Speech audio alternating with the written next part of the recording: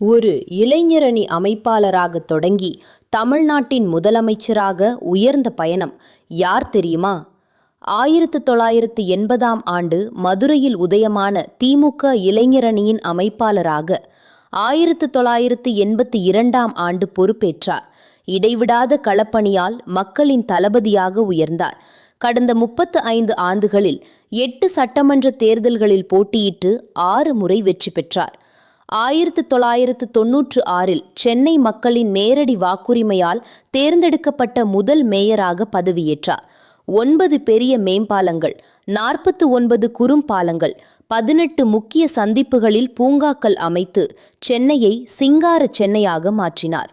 2006இல் உள்ளாட்சித்துறை அமைச்சராக 1,75,000க்கும் மேற்பட்ட மகளிர் சுய உதவிக் குழுக்களை உருவாக்கி பல முக்கிய குடிநீர் திட்டங்களை செயல்படுத்தினார்.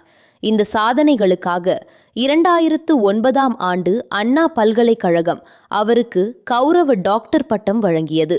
களப்பணியில் தொடங்கி நிர்வாகத்தில் சாதனை படைத்த தலைவர் மு.க. ஸ்டாலின்.